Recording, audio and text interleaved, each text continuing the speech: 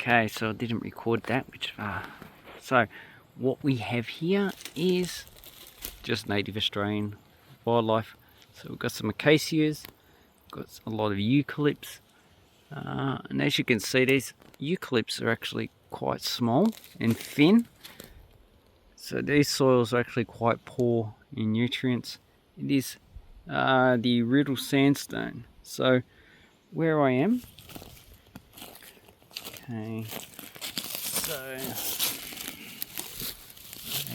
so here on the other phone, this is where I am off the, what's that road? Okay, the Riddle Sandstone. So it's you see black shales, but this is fairly weathered, so it's actually yellow. Grey siltstone. So it should be black to grey. That should be the original colour of the rock. So obviously if it's yellow, it's highly weathered. Shale commonly graptolitic, so if you find any shale, haven't found any in here. Okay, siltstone, well sorted. X-bedded, minor conglomerate. Don't know what X-bedded means. Probably cross-bedded, that means.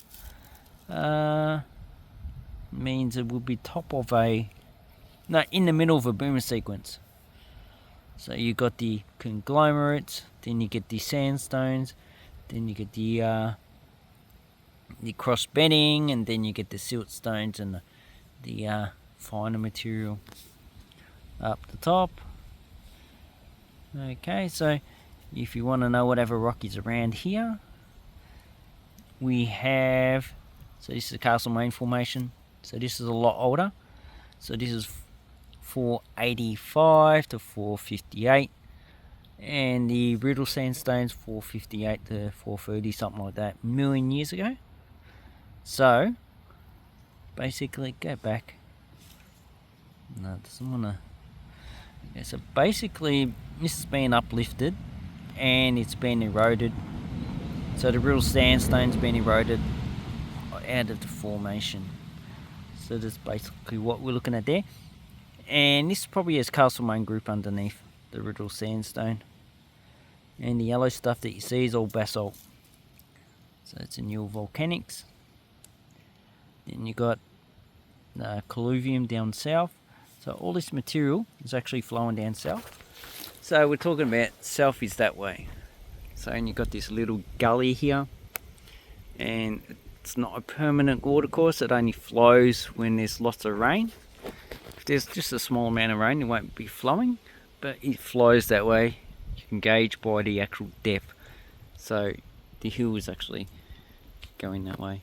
And the angle on that side is probably about 20 to 30 degrees.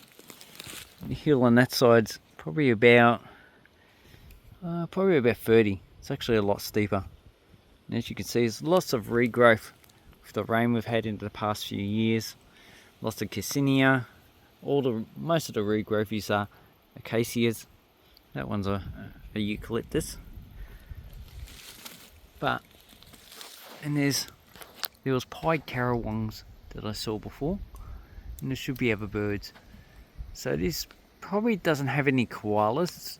Koalas like a lot of water in their food, and this seems a bit dry, as you can see from how thin the actual plants are. So this is probably nutrient poor and probably dry material.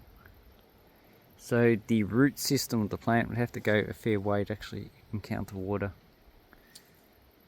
But that's nice.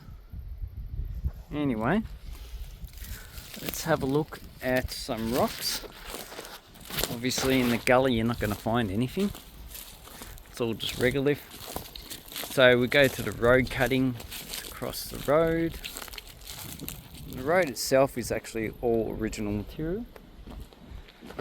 But the road cutting, so this is basically, it's all regolith. It's all fairly weathered, so you're not really going to find anything in that. And here's a large block of highly weathered material.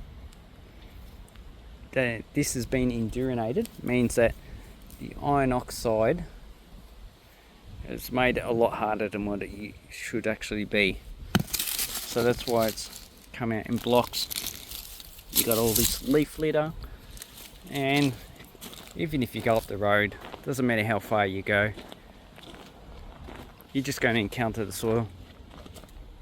A lot of this indurated material, so really you're not going to find any fossils, but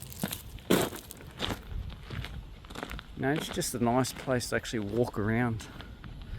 So these fence posts, I think this is someone's property, and we do have this quartz, so I don't think they've actually brought any material in here for the road. Doesn't look like it. So this has probably been deposited from, so it's come upstream. It's been rounded. Some of it has not as rounded. And this will be gold load bearing. So in this watercourse, you could potentially find gold if you go and fossick around in it. Okay, and here we have some siltstone. So where you're going to find quartz, potential to find gold, but this one looks pretty clean. So it looks pretty clear. It doesn't have a lot of mineralization in it, which, and as you can see, is quite a lot. And I would be grouse if I could actually find a gold nugget now. But chances of doing that are actually fairly slim. What you need is a metal detector. And the best place to go, so yeah, probably right in the center you try, and then you make your way out. If people were actually gold prospecting, they probably have a lot better knowledge than me. But it'd be good if you could actually source a gold vein, a quartz vein should I say.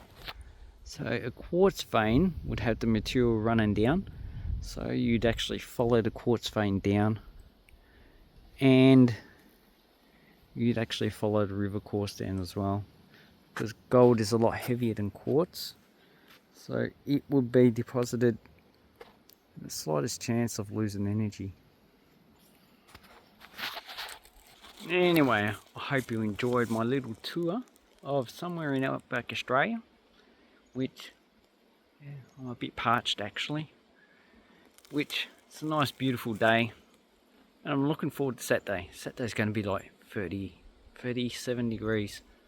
Oh, beautiful. Summer in Australia is just awesome. Thank you, and hooroo.